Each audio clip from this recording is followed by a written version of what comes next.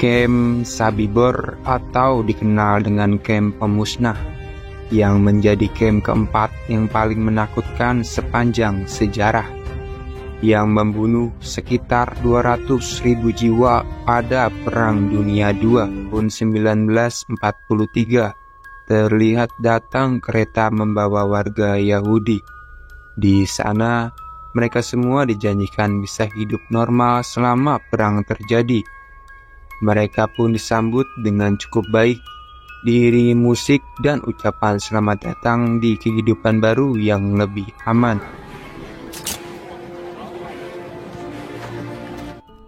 Setelah barang-barang bawaan mereka diberi tanda sesuai tiket yang mereka pegang, lalu semua penumpang kereta dikumpulkan di dalam satu ruangan dengan tujuan mengetahui dan dipisahkan sesuai keahlian mereka masing-masing. Salah seorang tentara Nazi menjelaskan kalau mereka hanya dipisahkan sementara waktu, dan setelah itu mereka bisa dikumpulkan kembali bersama keluarga mereka. Mereka semua dibagi menjadi dua kelompok. Kelompok yang pertama adalah memiliki keahlian seperti membuat perhiasan, tukang kayu, bertani, dan bisa menjahit. Ich bin Juwelier. Hier, der Ring. Frau, zeig mal. Sedangkan kelompok lainnya yang mayoritas adalah ibu rumah tangga dan anak kecil didata. Mereka semua akan dimandikan dengan alasan terhindar dari penyakit panas dalam. Terlihat seorang anak bernama Rifkah tidak ingin pergi mandi dan ingin tetap bersama kakaknya, yaitu Shlomo, yang kebetulan direkrut dalam kelompok pekerja. Shlomo yang sangat menyayangi keluarganya membujuk dan mengatakan akan membuat sebuah anting untuk adiknya kelak. Adiknya pun mau menurut dan akhirnya mereka pun berpisah. Sedangkan para wanita mendapatkan jatah untuk mandi bareng terlebih dahulu. Namun, setelah sampai di ruangan mandi, ternyata yang keluar bukanlah air yang menyegarkan, melainkan gas beracun yang membuat mereka berteriak meminta tolong. Namun sayangnya, teriakan mereka tidak dipedulikan oleh tentara Jerman, dan akhirnya mereka semua pun meninggal massal di sana.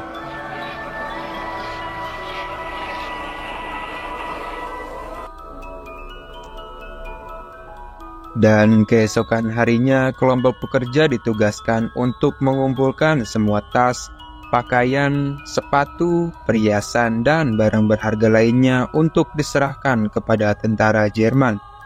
Saat sedang bekerja, salah seorang dari mereka bernama Yakub terlihat sedih karena ia menemukan cincin nikah yang biasa dipakai oleh sang istri. Ia pun menyadari kalau istri dan kelompok wanita yang disuruh mandi kemungkinan besar telah dibunuh. Esok harinya, saat sedang bekerja, beberapa tawanan mencoba kabur dengan memotong kawat tajam. Namun, salah seorang dari mereka tidak sengaja menginjak ranjau yang membuat para penjaga Nazi mengetahui aksi mereka.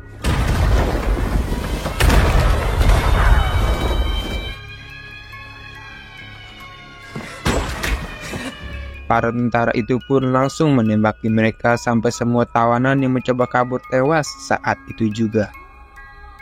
Akibat dari kejadian barusan, seluruh tawanan dikumpulkan dan diberikan hukuman di lapangan. Para tentara Jerman itu memberikan efek jera karena mereka tidak melaporkan kalau ada tawanan yang mencoba untuk kabur. Dan tentara Jerman pun mulai menghitung dari 1 sampai 10. Dan jika mendapatkan hitungan ke-10 akan langsung dieksekusi mati di tempat.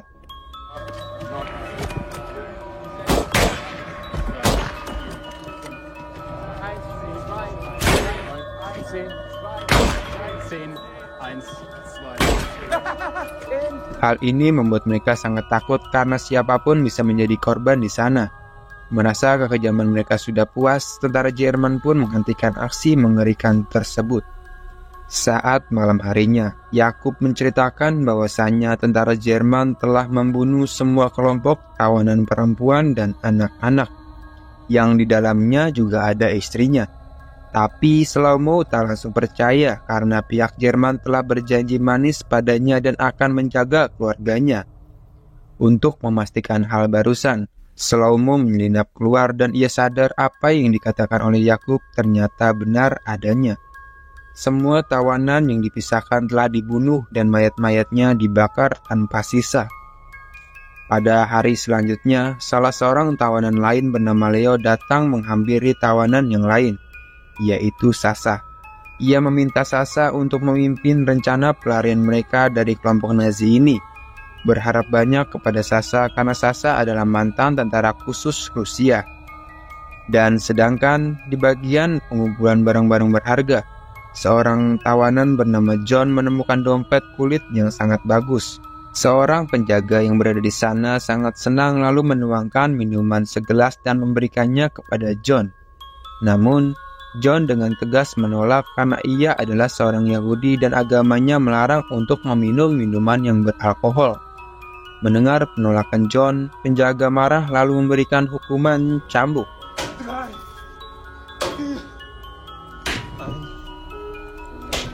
Tidak lama kemudian, kepala camp bernama Jack datang ke markas.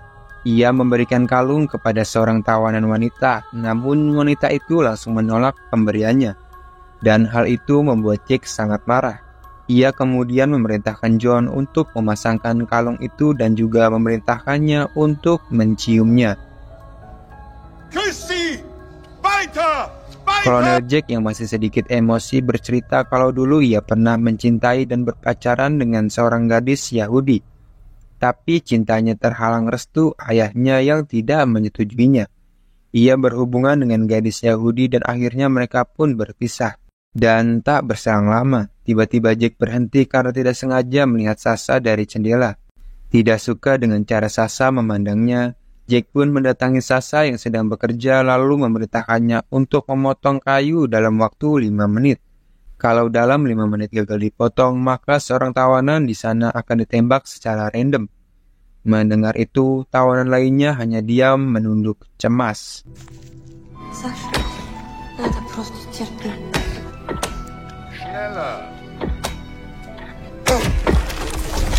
Tapi alhamdulillahnya Sasa mampu memotong kayu tersebut dalam waktu 4,5 menit. Tawanan lainnya pun terlihat lega karena bisa selamat dari permainan konyol tentara Nazi Jerman. Karena keberhasilannya, Sasa diberi hadiah buah apel. Tapi Sasa menolak dan mengatakan kalau makanan yang diterimanya sudah cukup dan ia tidak sedang lapar saat ini. Saat malam hari, Leo kembali meyakinkan Sasa untuk memimpin pelarian mereka. Namun Sasa masih ragu dan belum siap memberikan keputusan. Dan tiba-tiba tawanan lain datang dan langsung menghajar Leo dan Sasa. Mereka adalah para tawanan yang tidak setuju dengan rencana pelarian mereka, karena takut nantinya tentara Jerman akan menghukum tentara lainnya juga. Keesokan harinya, Leo mengajak Sasa untuk berkumpul bersama teman-temannya. Di sana juga ada Shlomo yang menceritakan kalau Nazi telah membunuh kelompok wanita, lansia, dan anak-anak, termasuk adik dan kedua orang tuanya. Pada hari itu, Nazi juga sudah membakar lebih dari 100 orang. Shlomo mengetahui hal itu karena diperintahkan untuk membuat perhiasan dari gigi emas para tawanan yang telah dibakar. Mendengar cerita barusan membuat Sasa semakin memikirkan keputusannya untuk bergabung dalam misi pelarian. Saat keesokan hari, sebuah kereta datang dan para tahanan diperintahkan untuk menurunkan muatan dari isi kereta tersebut. Dan ketika pintu kereta dibuka, sebuah pemandangan mengerikan diperlihatkan, sehingga membuat semua tawanan istighfar. Ternyata, kereta itu membawa begitu banyak mayat manusia yang sudah membusuk.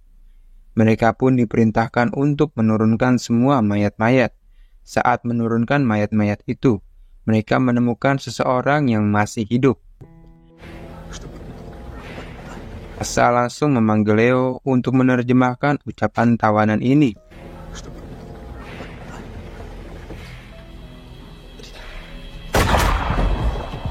Namun belum sempat berucap, tentara Nazi langsung menembak tawanan ini hingga ia pun meninggal seketika. Beruntungnya mereka mendapat sedikit informasi bahwasannya tawanan tersebut berasal dari kamp Nazi lainnya. Ketika mereka sedang diskusi, tiba-tiba kepala tahanan datang. Mereka hampir saja menghajarnya karena dia adalah kaki tangan tentara Nazi. Beruntungnya Sasha berhasil menenangkan mereka. Dan kepala tahanan itu pun menjelaskan apa yang sebenarnya terjadi dengan mayat di dalam kereta barusan. Ia berkata, mayat-mayat itu berasal dari camp Nazi lainnya.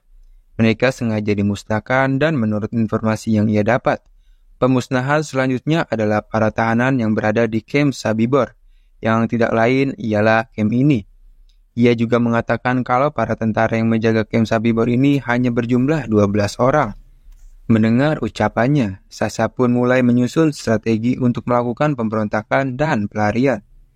Mereka berencana akan membunuh tentara Nazi Jerman satu persatu dan memancing mereka dengan barang-barang berharga saat tentara itu sedang lengah. Maka disitulah kesempatan mereka untuk membunuhnya. Namun, yang jadi masalah adalah siapa yang akan memancing para penjaga tersebut tanpa dicurigai.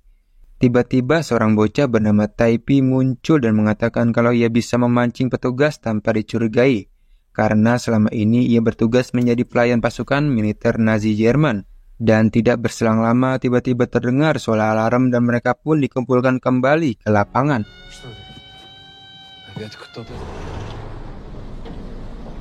Mereka semua sangat ketakutan karena ada kelompok tentara Jerman datang bersenjata lengkap dan memakai sebuah masker. Para tentara itu menyuruh semua tahanan untuk berlutut, dan hal itu membuat Sasha dan yang lainnya semakin takut karena di antara mereka bisa saja ditembak mati secara acak. Para tentara itu pun bersiap dan langsung menembakkan senjatanya.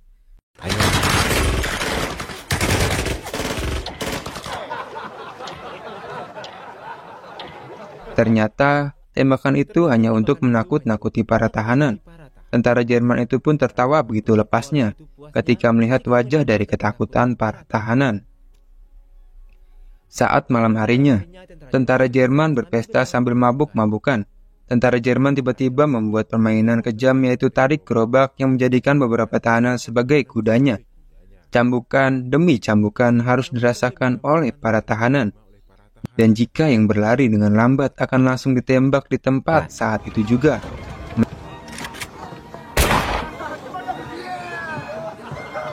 Mereka juga menembak para tahanan secara acak demi kepuasan pribadi mereka. Bahkan, Jacob juga disiksa malam itu. Ia disiram dengan alkohol kemudian dibakar hidup-hidup.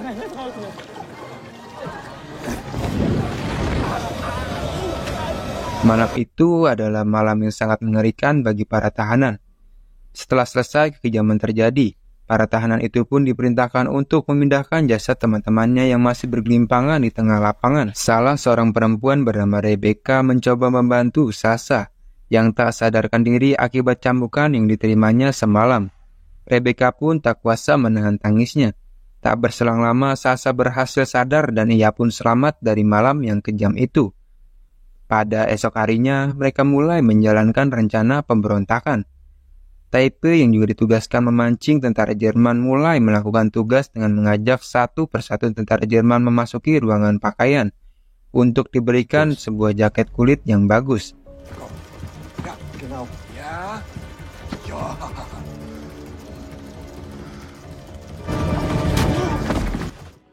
Taipi pun kembali memancing seorang tentara lainnya. Taipei pun mulai kembali memancing seorang tentara lainnya untuk mencoba jaket kulit di ruangan penjahit. Dan saat sedang mencoba, tentara itu pun mendapat pukulan yang membuatnya jatuh dan tak sadarkan diri. Di ruangan sepatu, mereka juga melakukan hal yang sama untuk memancing tentara Nazi Jerman. Saat dia sedang lengah, mereka mengeksekusi dengan menusuk lehernya dengan sebuah gunting. Sekarang, total sudah 3 tentara berhasil mereka bunuh. Sesaat kemudian, Shlomo memasuki ruangan penjaga untuk berniat menghabisinya.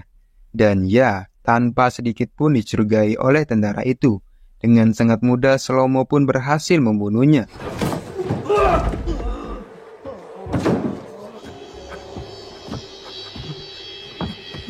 Setelah itu, Shlomo mengumpulkan senjata dan ditutupi dengan kain dan makanan.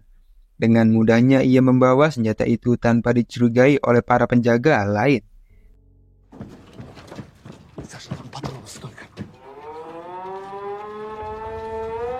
Tidak lama kemudian tiba-tiba suara sirene berbunyi.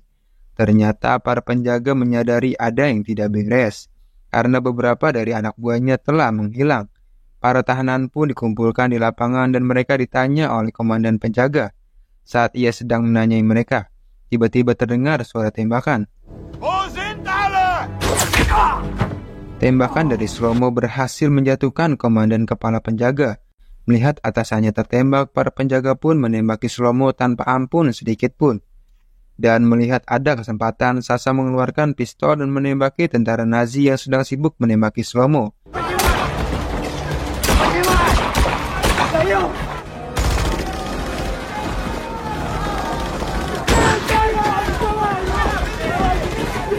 Leo pun gugur saat ia mencoba mengarahkan tawanan lain. Banyak sekali tawanan yang tewas ditembaki oleh penjaga. Beruntungnya Sasha dan yang lainnya berhasil menghabisi semua penjaga.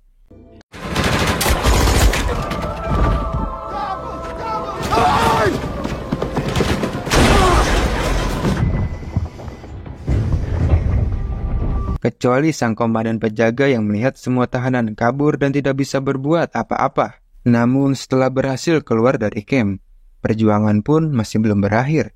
Karena mereka harus berjuang melewati ranjau darat yang bisa saja meledakkan siapa saja. Namun film pun tamat. Ada sekitar 300-an orang berhasil melarikan diri. Tapi pelarian mereka tidak berlangsung lama. Sepertiga dari mereka tertangkap kembali. Dan dari 200 orang yang berhasil kabur, hanya 47 orang yang selamat hingga Perang Dunia Kedua berakhir.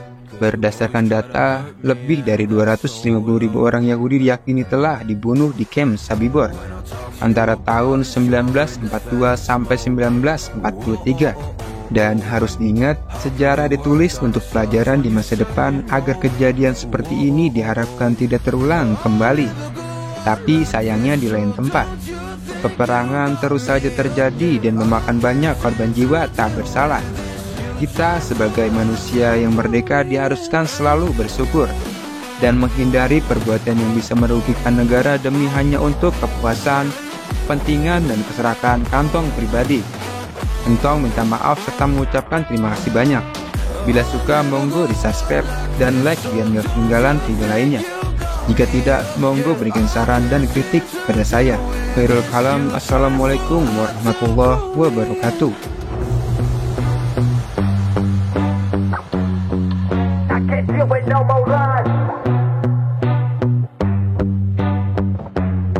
She got me hooked up.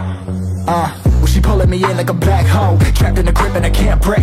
Out of control and I can't feel my soul and my heart on my damn face. Cause I ain't be nothing without her. A king with no queen or no damn kingdom. Serving up hate with a cold vengeance. Fuck but I hate her, we can't slay them. Yeah, she's got me hooked, I'm down, I ride. Leaving, she tried to kill me, I can see it in her eyes.